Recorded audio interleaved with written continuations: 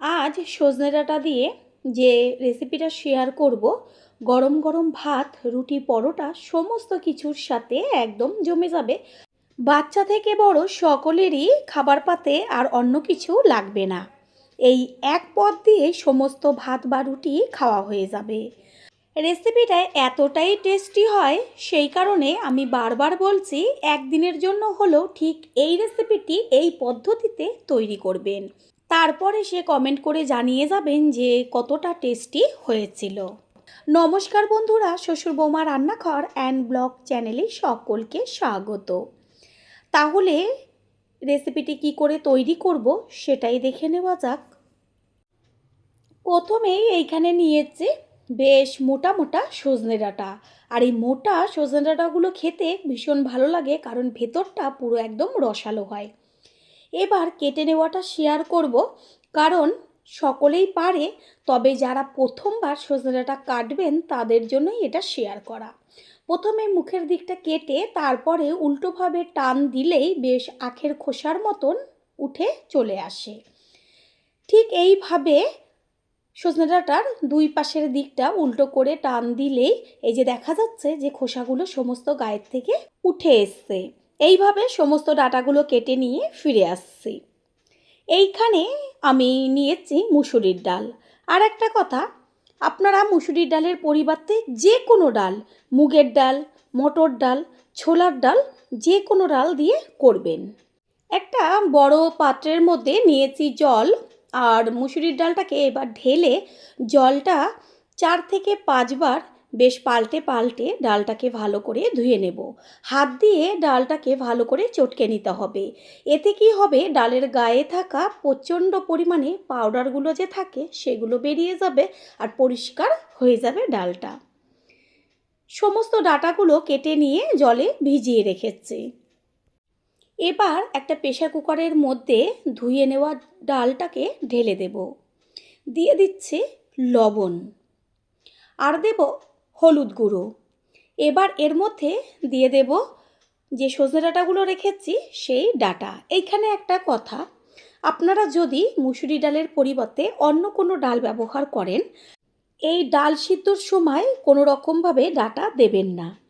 পরে ডাঁটাটা ব্যবহার করবেন মশলা যখন কষানো হবে তখন, কারণ অন্যান্য ডাল সিদ্ধ হতে একটু বেশি সময় লাগে, আর মুসুরির ডাল তো এক সিটিতেই সুন্দরভাবে সিদ্ধ হয়ে যায়। এর মধ্যে দিয়ে দিচ্ছি উষ্ণ গরম জল। এবার প্রেসারের ঢাকনাটা আটকে গ্যাসের ওভেনে বসিয়ে একটা সিটি দিয়ে গ্যাস অফ করে তারপরে প্রেসার কুকারটা ঠান্ডা করে নেব। খেয়াল রাখবেন ডালটা যেন একদম গলে না যায়। সজনে ডাঁটা অন্য যদি ডাল দিয়ে করেন তাহলে ডাঁটাটা একই সাথে সিদ্ধ করলে গলে যাবে, কারণ সজনে ডাঁটা সিদ্ধ হতে বেশি সময় লাগে না। প্রেসারের ঢাকনাটা খুলে নিয়েছি আর দেখিয়ে দিচ্ছি সজনে ডাঁটা ও ডাল দুটোই খুব সুন্দরভাবে সিদ্ধ হয়ে গেছে। ডালটা দেখা যাচ্ছে যে একদম গলে যায়নি, বেশ একটু গোটা গোটা রয়েছে। এই পর্যায়ে নামাতে হবে। গ্যাসের ওভেনে কড়াইটা বসিয়ে কড়াইটা গরম করে নেব। এবার এর মধ্যে দিয়ে দিচ্ছি সর্ষের তেল। তেলটা গরম হলে তেলের মধ্যে ফোড়ন দেব দুটো শুকনো লঙ্কা। লঙ্কাটাকে হালকা একটু ভাজবো। একটু যখন কালার আসবে লঙ্কার গায়ে, তখন এর মধ্যে দেব গোটা গোলমরিচ বেশ 4-5টা, আর দেব 2-3টে দারচিনির টুকরো। আর কোনো রকম গরম মশলা এখানে ব্যবহার করব না। দিয়ে দিচ্ছি ছোটো চামচের 1 চা চামচ পরিমাণ সাদা জিরে। ফোড়নটাকে ভালো করে ভেজে নেব। বেশ সুন্দর একটা যখন দেখবেন মিষ্টি গন্ধ বেরোবে, তখন এর মধ্যে দেব থেতো করে নেওয়া রসুন। প্রথমে তেলের মধ্যে যদি এইভাবে রসুনটা দেওয়া হয়, এত সুন্দর একটা গন্ধ আসে, যেটা নাকি মানে যে রান্না করবে সেই জানবে। গ্যাসের ফ্লেম লোতে রেখে রসুনটাকে বেশ হালকা লালচে করে ভেজে নেব। রসুনের গায়ে হালকা একটা কালার আসতে এই পর্যায়ে দিয়ে দেব বেশ কিছুটা পরিমাণ কুচিয়ে নেওয়া পেঁয়াজ। পেঁয়াজটাকে এবার রসুনের সাথে ভালোভাবে ভেজে নিতে হবে। তেলের মধ্যে পেঁয়াজটা তাড়াতাড়ি মজে আসার জন্য দিয়ে দিচ্ছি স্বাদ অনুযায়ী লবণ। লবণটাকে মিশিয়ে নিয়ে এবার পেঁয়াজটা ভাজা পর্যন্ত রান্না করে নেব। পেঁয়াজের গায়ে সুন্দর একটা কালার এসছে। এই পর্যায়ে দিয়ে দিচ্ছি গ্রেট করে নেওয়া আদা। এইখানে আপনারা আদা পেস্ট করেও দিতে পারেন। আদাটা এবার পেঁয়াজের সাথে একটু যখন ভাজা ভাজা হবে তারপরে দিয়ে দিচ্ছি বেশ কিছুটা পরিমাণ কুচিয়ে নেওয়া টমেটো। তেলের মধ্যে টমেটোটা এবার ভালোভাবে ভেজে নিতে হবে। টমেটো যতক্ষণ না মজে বা কাঁচা গন্ধটা না যায় সেই পর্যন্ত। টমেটো একদম নরম হয়ে গেছে ভাজাতে। খুন্তি দিয়ে একটু ভেঙে চুড়ে দিচ্ছি। এবার এর মধ্যে দেব ছোটো চামচের 1 চা চামচ পরিমাণ ধনের গুঁড়ো, 1 চা চামচ পরিমাণ জিরের গুঁড়ো, আর দেব কালারের জন্য হলুদ গুঁড়ো। মশলাটা যেন পুড়ে না যায় সেই কারণে সামান্য জল দিয়ে এবার মশলাটা সব কিছুর সাথে ভালো করে কষিয়ে নেব।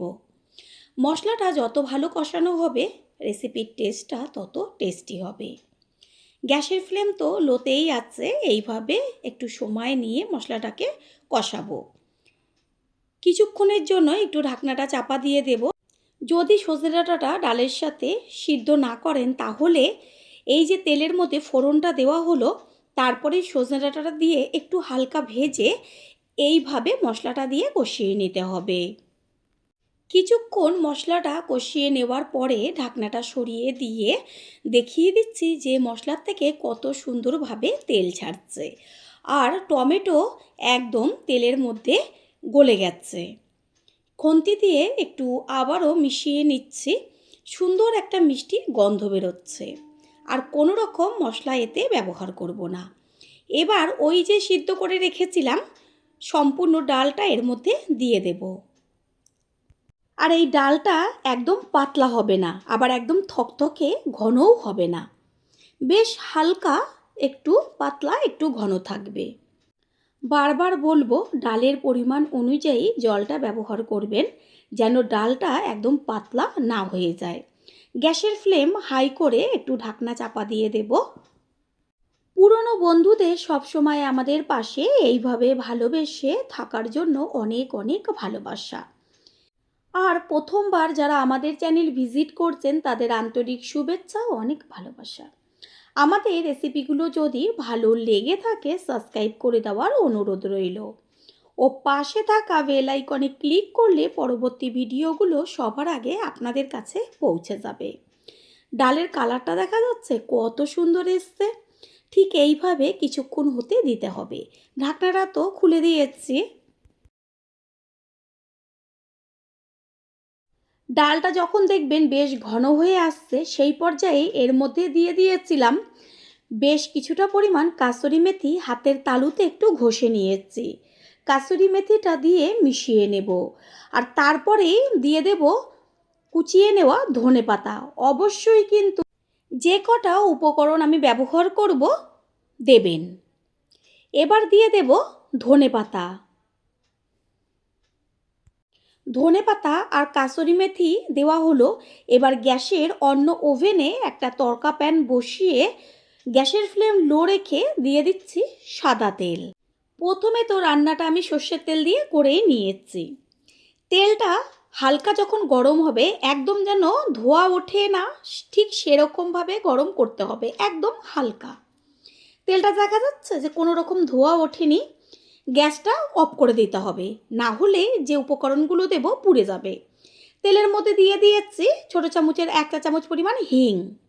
আর দিয়ে দেব চিড়ে নেওয়া বেশ কতগুলো কাঁচা লঙ্কা। দেব কালারের জন্য কাশ্মীরি লঙ্কার গুঁড়ো।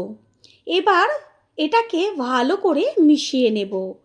তরকা কত সুন্দর তৈরি হয়ে গেল। আর এই হিং ফোড়ন দেওয়াতে এত দারুণ একটা গন্ধ আসছে, কালারটা দেখা যাচ্ছে। তরকাটাকে নিয়ে আস্তে করে ডালের ওপরে দিয়ে দিতে হবে। রেসিপিটা তো দেখেই বোঝা যাচ্ছে যে ছোট থেকে বড় কেউ কিন্তু মুখ ফিরিয়ে রাখতে পারবে না। দেখা মাত্রই একদম খিদে পেয়ে যাবে।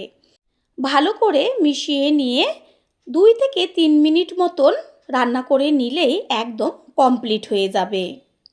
আর কোনো রকম এইখানে মশলার প্রয়োজন নেই। গ্যাস অফ করে দিয়ে কিছুক্ষণের জন্য ঢাকনাটা চাপা দিয়ে দেব। একটু বাদে ফিরে এসে সম্পূর্ণ লুকটা দেখিয়ে দিচ্ছি। ডালটা কতটা জমে গেছে, আর একটু ধনেপাতা উপরে ছড়িয়ে দেওয়া হলো। এবার একটা পাত্রে তুলে নেব। তৈরি হয়ে গেল আজকের টেস্টি রেসিপি।